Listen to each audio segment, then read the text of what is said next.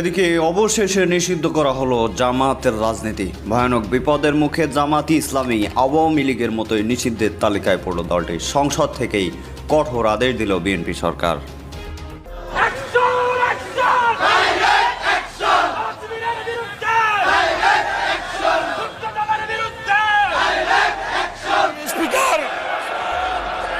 আমি বলতে চাই, যারা ৭১ সালের স্বাধীনতাকে মেনে নিতে পারে না তারা বাংলাদেশের উন্নয়ন চাইতে পারে না।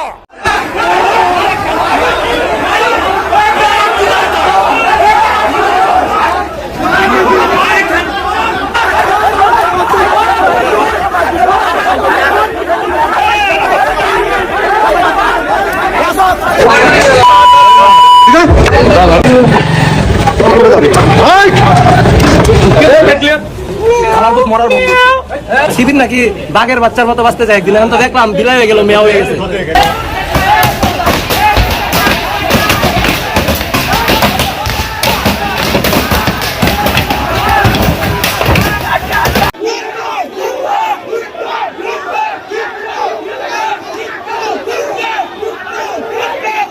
রাজধানীর শাহবাগে শিবিরের নেতাকর্মীদের সামনে দাঁড়িয়ে ছাত্র দলের নেতাকর্মী যারা রয়েছেন ভুয়া ভুয়া স্লোগান দিচ্ছেন, যেমনটি দেখানোর চেষ্টা করছি। কিছুক্ষণ আগেই মোসাদ্দেক এবং এবি জোবায়েরকে হামলা করার পরে সাদিক কায়েম তিনি কিন্তু এসেছেন।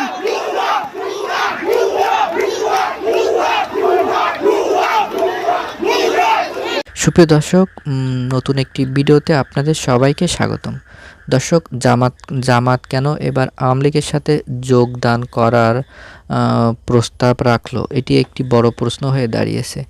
জামাত আওয়ামী লীগের সাথে যোগদান করার কোনো প্রশ্নই ছিল না, কিন্তু বিএনপির সাথে তাদের বনিবনা না হয় হয়তোবা জামাত এখন আওয়ামী লীগের সাথে যোগ দেওয়ার একটি বড় পরিকল্পনা করছে।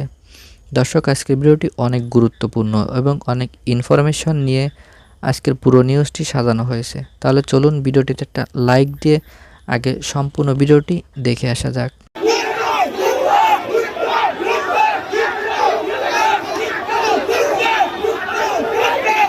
রাজধানীর শাহবাগে শিবিরের নেতাকর্মীদের সামনে দাঁড়িয়ে ছাত্র দলের নেতাকর্মী যারা রয়েছেন ভুয়া ভুয়া স্লোগান দিচ্ছেন, যেমনটি দেখানোর চেষ্টা করছি। কিছুক্ষণ আগেই মোসাদ্দেক এবং এবি জোবায়েরকে হামলা করার পরে সাদিক কায়েম তিনি কিন্তু এসেছেন।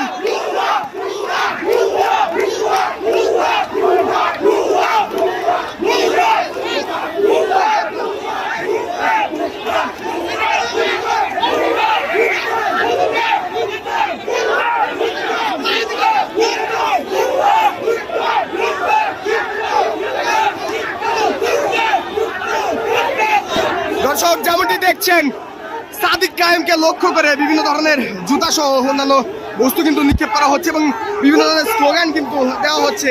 কিছুক্ষণ আগেই মোসাদ্দেক এবং এবি জোবায়েরকে এই তাহলে নতুন বন্দোবস্তে নতুন ধরনের সাংবাদিকতা, যেখানে news paper owners association of বাংলাদেশের এই বাঘা বাঘা প্রকাশক এবং সম্পাদকদের গিয়ে প্রধানমন্ত্রীর কাছ থেকে অভয় নিয়ে আসতে হচ্ছে যে তিনি হস্টাইল হবেন না। আর হস্টাইল হবেন কেন?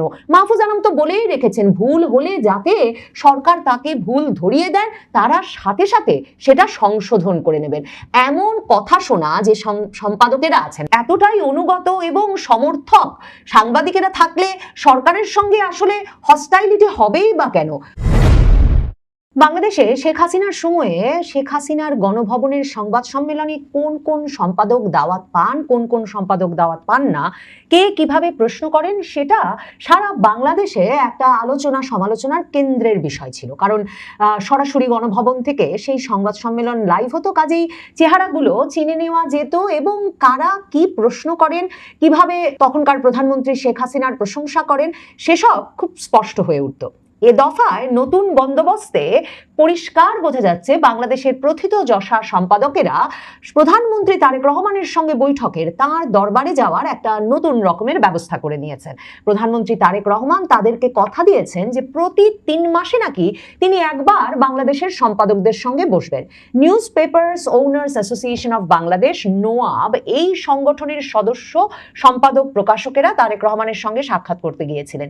এই যে নোয়াবের সদস্য হিসেবে প্রথম আলো, ডেইলি স্টার, মান মানব জমিন, বণিক বার্তা, সমকাল, ফিনান্সিয়াল এক্সপ্রেস, সংবাদ সহ বাংলাদেশের বাঘা বাঘা পত্রিকার সকল পত্রিকার সম্পাদকেরাই মোটামুটি উপস্থিত হওয়ার সুযোগ পেয়েছেন প্রধানমন্ত্রী তারেক রহমানের দফতরে। এবং যেহেতু ওই দরবারে সম্পাদকদের সঙ্গে তার কি আলাপ সালাপ হচ্ছে সেই বিষয়টা লাইভ টেলিকাস্ট করা হচ্ছে না, কাজেই ধারণা করা যায় মন খুলে প্রধানমন্ত্রীর সঙ্গে আলাপ করতে পেরেছেন সম্পাদকেরা। মতিউর রহমান, মাহফুজ আনাম তারা তো একরকমের লাইন ধরেই ছিলেন, কারণ এখন যিনি প্রধানমন্ত্রী সেই প্রধানমন্ত্রী তারেক রহমান যে বাংলাদেশের দুর্নীতির কেন্দ্র, মানে বাংলাদেশের সকল দুর্নীতির বরপুত্র তিনি, তার সে নাম বা দুর্নাম বলি কিংবা তার যে খাম্বা তারেক পরিচিতি, এই সব কিছুর পেছনে সক্রিয় ভূমিকা রেখেছিলেন প্রথম আলো ডেইলি স্টার সম্পাদক মাহফুজ আনাম আর মতিউর রহমান। সে সময় এসব শিরোনাম তারা ছেপেছিলেন ১/১১ সরকারের সময় যে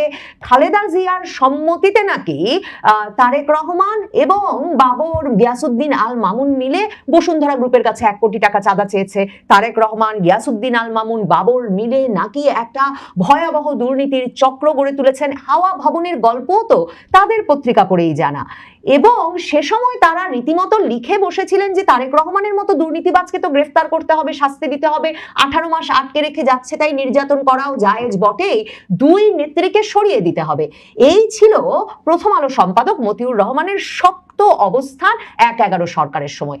ওই ১/১১ সরকারের সময় এই -2 খেলার প্রধান প্রেরণক হয়ে ওঠায় শেখ হাসিনা ক্ষমতায় আসার পরেই এই মাহফুজ আনাম এবং মতিউর রহমানকে যে তার ধারে কাছে ঘেঁষতে দেবেন না সেটা বরাবর পরিষ্কার করেছিলেন।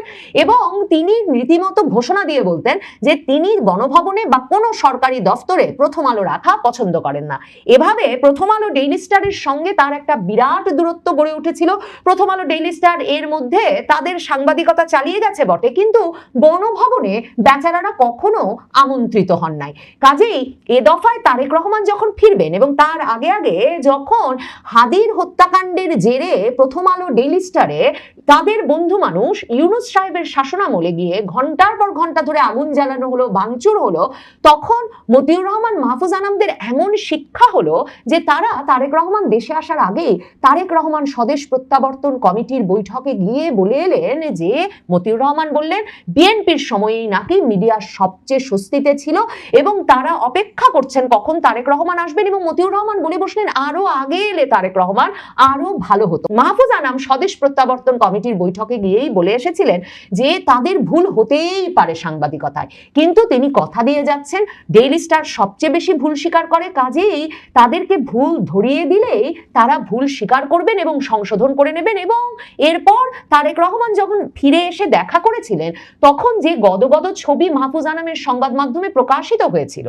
এবং সেই ছবিতেও তিনি এই যে ঘন ঘন যাতে তারেক রহমানের সঙ্গে তাদের বসবার সুযোগ হয় এই আকুতি জানিয়ে এসেছিলেন।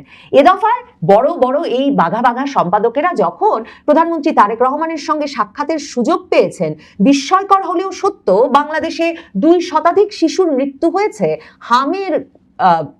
হামে আক্রান্ত হয়ে, এবং এই যে একটা বিরাট সংখ্যক শিশু হামের টিকা পায় নাই এবং এই ঘটনা মহামারীর আকার নিয়েছে কিনা, এটা কি করে সামাল দেওয়া যাবে, বাংলাদেশের সকল হাসপাতালে হাম আক্রান্ত শিশু গেলে তাদের চিকিৎসা দেওয়ার ব্যবস্থা আছে কিনা, এ ধরনের কোনো কঠিন আলাপ এই বাঘা বাঘা সম্পাদকেরা গিয়ে প্রধানমন্ত্রী তারেক রহমানের দফতরে করেছেন, এর কোনো নমুনা তাদের যেসব রিপোর্ট বেরিয়েছে তাদের সংবাদ মাধ্যমগুলোতে তাতে দেখা যায় না। বিস্ময়কর বিষয়, সারা পৃথিবী যেই বিষয়টি জানতে চায়, সারা পৃথিবীর সংবাদ মাধ্যম তাদের সরকারের কাছে যেটা জানতে চাইছে, বিশ্বের এই ভয়াবহ জ্বালানি সংকটের মধ্যে সামনের দিনগুলোতে সরকার কি করে জ্বালানি সংকট সামাল দেওয়ার কথা ভাবছে, সেই পরিকল্পনার বিষয়েও মতিউর রহমান, মাহফুজ আনাম, মতিউর রহমান চৌধুরীর মতো সম্পাদকেরা তারেক রহমানকে একেবারে হাতের নাগালে পেয়েও কিছুই জিজ্ঞেস করেন নাই। কিন্তু নোয়াবের সম্পাদকেরা, newspaper owners association of বাংলাদেশের এই সদস্যরা বেরিয়ে এসে সংবাদ মাধ্যমকে বলেছেন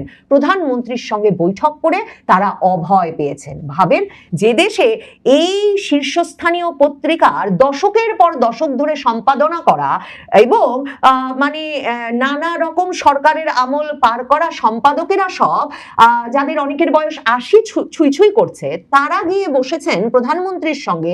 তারা নাকি এমন ভয় পাচ্ছিলেন যে প্রধানমন্ত্রীর নিজ মুখে তাদের অভয় দেওয়ার আগে এই সম্পাদকেরা ভয় জয় করতে পারছিলেন না।